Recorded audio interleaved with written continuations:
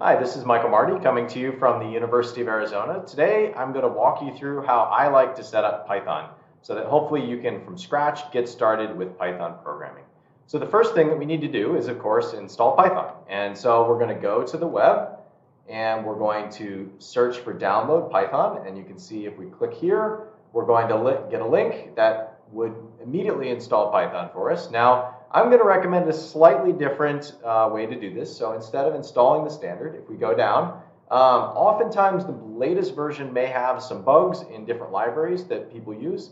And so sometimes it's safer to install just a slightly older version. So instead of 3.11, we're going to install 3.10. So if we go down, we click 3.10.10, scroll down to the bottom here, you see if you were on a Mac computer, you could install it with this installer. Of course, I'm on Windows, and I'll show you how we do this on Windows, but it's a very similar process on Mac. So if we go ahead and click the Windows installer, it will download it. I've already done that. So once we do that, we can just launch the installer. Now, you may be tempted to just click Install Now and use the defaults.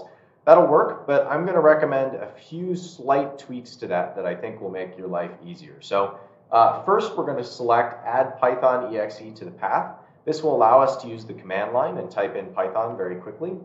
The other thing is we're going to customize the installation a bit. So if we click here, we're just going to click through this next window. We're going to change two major things here. So first, we're going to precompile with the standard library. It just kind of speeds things up when it runs it. And then rather than using the default installation location, which is in this random app data folder, we're going to go ahead and browse. In our teaching folder, I created a folder called Python 3.10. And so we're just going to select this so that we know exactly where this is located, so it's not putting it in any hidden folders. It's just helpful sometimes to be able to find the file that you're looking for. So let's go ahead and click Install. I'm going to pause the recording while this installs. Okay, so you can see it took just a few minutes to install. Once it installs, it's going to show you this window with a few links. We're going to go ahead and close. Now, just to check that it's working, we're going to open up a command line terminal. So if we go to the search and type in CMD, it'll open up a command prompt. And if you're not familiar with using command prompts, that's okay. We'll go over kind of how to do it, but we won't use it a ton. So you can see it opens up into our teaching folder. I'm going to go ahead and say where Python. And you can see it finds actually a few different Python locations because I have other ones on the computer. But you can see it finds this correct Python exe in the folder that we want. I believe on Mac and Unix this would be which rather than where, but I'm not totally sure. So what we can do is type in Python, and it will launch the Python. You can see because it says Python 3.10. It's actually technically running this version, not this, but that's okay. It's all going to be the same. And so when you see these three carets in a row, that's telling you have a Python terminal. And so in the Python terminal, we can type in Python code. So we could say A equals 1, B equals 2, C equals A plus B, and then say print C, right? And it's going to print the answer. We could run a lot of different Python code that way. The problem is that's really tedious, right? And if you're running like a long set of code, you'd never want to type it in line by line. And so let's go ahead and exit out of this. Another way we can do it is that we can make a Python file and then run the file. So if we go into our teaching folder here, and I just right click and say, let's create a new text document. Let's call it test. And instead of .text, I'm going to say .py. And say yes. You can see it's created this test.py. Let's go ahead and open this with just a very simple notepad editor. And so we could type in this notepad to say A equals 1, B equals 2, C equals A plus B. Then we could say print, the answer is C, right? We can save the file. So do file, save. And now if we go back to our terminal, we can say Python test.py, and that's telling Python run this test.py file. And when you do, you can see it's printing the answer is 3, right? So you could, a lot of people, I guess maybe not a lot of people, but some people still do this where they'll just write in a text editor and then run directly these Python files that they create. It's definitely an effective way to code, but there are better tools that we can use that have some really cool features that help us with this.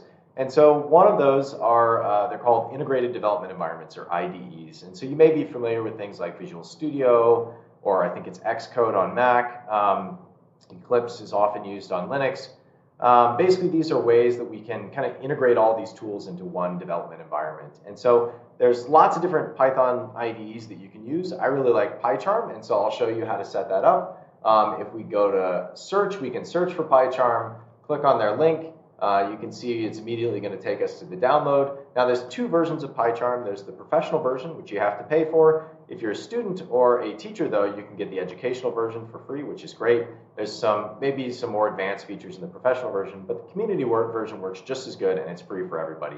And in these tutorials, I'm going to try and use tools that are all free for everybody. So once you download it, it'll give you this file. We'll go ahead and install that. There's really no tricks to play with the installation for PyCharm. I have to do the administrative approval. It's just a very normal setup. So we'll just click through. It'll install it in the normal location. Maybe let's create a desktop shortcut and associate it with Python files, and click next and click install. I'll pause it briefly while it installs. Okay, it's done installing. We're going to go ahead and click run, and it's going to pop up on the wrong screen, but I'll move it over. You can see we have this opening thing here, so let's go ahead and create a new project. We're going to go ahead and configure the Python interpreter. So you can see it's finding that there is a previously configured interpreter. If you need to, you can add an interpreter, add a local interpreter, go to System Interpreter, and drop down, and you can see there's all different things that you might find here. But if you need to, basically, you look in that folder. And this is why it's helpful to know which folder your Python is installed in, because you want to make sure you have your interpreter all set up. So once you do that, you can unselect this create a main.py welcome script, and it's just going to create a folder in your teaching folder here called PyCharm projects, and this is your Python project. So maybe let's call this actually tutorial, right? And again, we want to make sure this is all configured correctly. So let's go ahead and click create. It's going to load this, and you can see we have our folders and our libraries and our files over here. Let's close this. If we want to now make a Python file, we can just right click here on the folder, say new Python file, call it test.py, and now we can say the same sort of thing. So A equals 2, B equals 3, C equals A plus B, print, the answer is C. Now, we can go ahead and right click that, and we can say run, and it's going to run it all in its own sort of mini terminal here. So it basically integrates like a text editor, but with also like nice formatting and code completion and things like that with a terminal. And you can actually see there is a separate terminal down here that we could run the same sort of things in if we wanted. There's also a Python console direct. So you could open this Python console. I'm going to need to tell it allow access over here and approve that. Yep. But if I go back to here, I could say the same sort of thing. A equals 6, B equals 7, and then say C equals A plus B, print C, right? And you can see over here, it's nice because it's keeping track of these variables, and you can read them in useful ways. And so we'll go through some of the features of this as we go through the tutorial, but hopefully at this point, you've got your Python set up, you've got your PyCharm set up, so you can start writing code and running code and doing all kinds of cool different things.